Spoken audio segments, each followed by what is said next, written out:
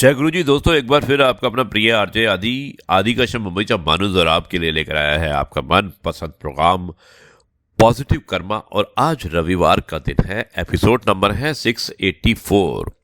दोस्तों, आज आप अपने परिवार के साथ चाय पी रहे होंगे और कुछ लोग सो भी रहे होंगे, लेकिन मुझे क्योंकि आपको प्रोग्राम सुनाना है, ब्रॉडकास्ट करना है, इसलिए मैं आपको इस कार्यक्रम को सुनाने की चेष्टा करता हूं। शुरुआत करता हूं इस कार्यक्रम की कुछ इस प्रकार। दोस्तों, माचिस किसी दूसरी चीज को जलाने से पहले खुद को जलाती है, और गुस्सा भी एक माचिस की तरह होता है, क्योंकि ये दूसरों को बर्बाद करने से पहले खुद को बर्बाद करता है। इसलिए गुस्सा गुस्सा करने से पहले आप सोचिएगा, कहीं आप खुद तो बर्बादी के कगार पर नहीं खड़े हो रहे हैं। आरजे आदि आदि का शम मुंबई चवानू से। दोस्तों, उम्र बिना रुके सफर कर रही है दोस्तों। उम्र बिना रुके सफर कर रही है दोस्तों, और हम हैं ख्वाहिशें लेकर वहीं खड़े हैं। दोस्तों, आपका दिन मंगल में हो, आपका रविवार मंगल में हो। ये है आपका अपना प्रिय आरजे आदि।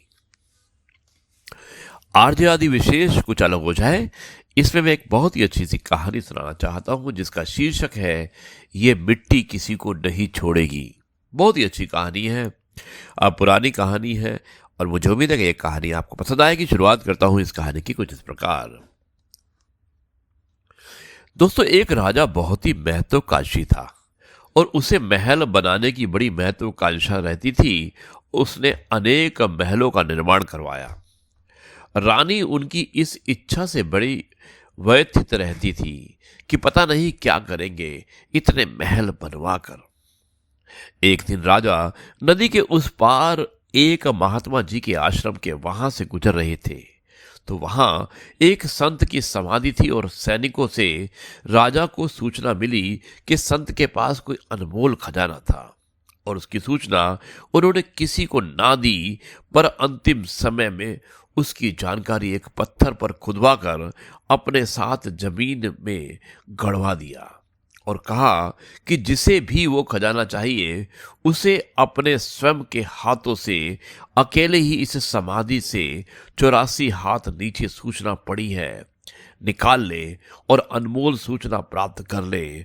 और ध्यान रखे, उसे बिना कुछ खाए पिए खोदना है, और बिना किसी की सहायता के खोदना है, अन्यथा सारी मेहनत व्यर्थ चली जाएगी।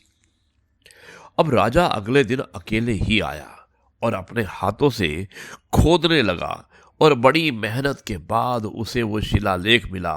और उन शब्दों को जब राजा ने पढ़ा तो उसके होश उड़ गए और सारी अकल ठिकाने आ गई।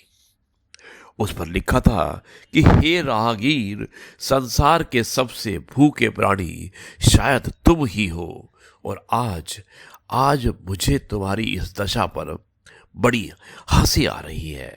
तुम कितने भी महल बना लो, पर तुम्हारा अंतिम महल यही है। एक दिन तुम्हें इसी मिट्टी में मिलना होगा। सावधान राहगीर, जब तक तुम मिट्टी के ऊपर हो तब तक आगे की यात्रा के लिए तुम कुछ जतन कर लेना, क्योंकि जब मिट्टी तुम्हारे ऊपर आएगी तो फिर तुम कुछ भी नहीं कर पाओगे। यदि तुमने आगे की यात्रा के लिए कुछ जतन ना किया तो अच्छी तरह से ध्यान रखना कि ये 84 हाथ का कुआं तुमने अकेले खोदा है, बस वैसे ही आगे की 84 लाख योनियों में तुम्हें अकेले ही भटकना पड़ेगा। और राहगीर, ये कभी ना भूलना कि मुझे भी एक दिन इस मिट्टी में मिलना है, बस तरीका अलग अलग है। फिर राजा जैसे तैसे करके उस कुएं से बाहर आया और अपने राजमहल गया, और उसने उस शिलालेख के उन शब्दों ने उसे झकझोर के रख दिया, और सारे महल जनता को दे दिए, और अंतिम घर की तैयारियों में जुट गया। दोस्तों, इस मिट्टी ने जब रावण जैसे सत्ताधारियों को नहीं बख्शा, तो फिर साधारण मानव क्या चीज है। सभी को एक दिन इसी मिट्टी में मिलना होगा, क्योंकि ये मिट्टी किसी को नहीं छोड़ने वाली। दोस्तों, ये थी कहानी कि ये मिट्टी किसी को नहीं छोड़ेगी, और मुझे उम्मीद है कि ये कहानी आपको पसंद आई होगी।